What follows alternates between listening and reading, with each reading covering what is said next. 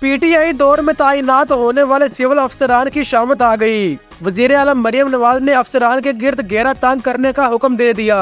کون سے سول افسران تعینات ہوئے، تفصیل دیکھیں۔